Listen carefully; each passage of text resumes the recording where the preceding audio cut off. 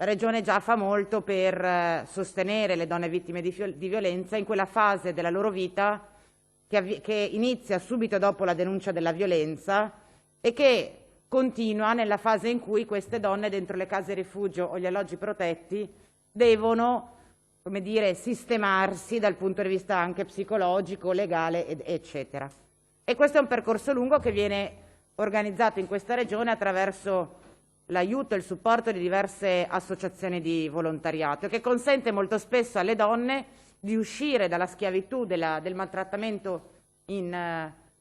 famiglia. Non serve, colleghi, che vi ricordi quanto il periodo delle restrizioni domiciliari ha incrementato in maniera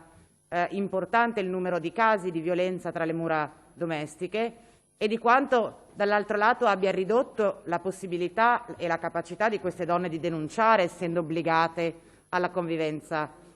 forzata. Ora questo emendamento chiede al Consiglio di investire risorse per fare l'ultimo passo che manca per consentire alle donne vittime di violenza di ricominciare una vita in libertà. Infatti il contributo che chiedo di istituire si chiama appunto contributo di libertà, perché queste donne dopo che hanno subito la violenza, dopo che hanno avuto il coraggio di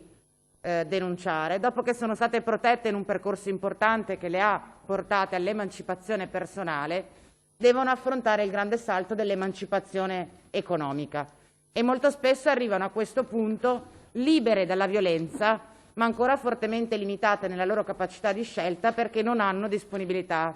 economiche. Perché sapete, colleghi, molto bene quanto molto spesso sia la mancata denuncia sia l'incapacità delle donne di costruirsi un progetto di vita autonomo e libero dopo dipenda gravemente dalla incapacità di queste donne di essere autonome dal punto di vista economico. Quindi con questo contributo che io propongo in una quota di 5.000 euro massima pro capite per le donne, segnalate ovviamente dai centri che si occupano del percorso protetto e sulla base di una rendicontazione di spese abbastanza rigida, che può comprendere la caparra per prendere in affitto la prima casa da donna libera,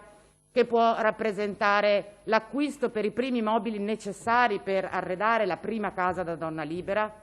che può rappresentare il pagamento della retta degli studi dei figli minori che la donna dovrà sobbarcarsi da sola quando finalmente potrà cominciare la sua vita da donna libera. Allora, tutte queste spese molto spesso le donne che stanno uscendo dal percorso protetto non sono in grado di sostenerle perché oggettivamente non sono autonome dal punto di vista economico. Con l'assessore Donazzan abbiamo discusso molto spesso di come la Regione già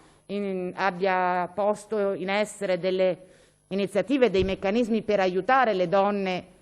libere nel ricollocamento nel mondo del lavoro. Manca solo questo pezzettino qui, cioè dare loro quell'incentivo per poter partire serenamente nella esperienza di vita da donne libere che tutte auspichiamo per loro. Quindi con questo emendamento cerchiamo di introdurre questo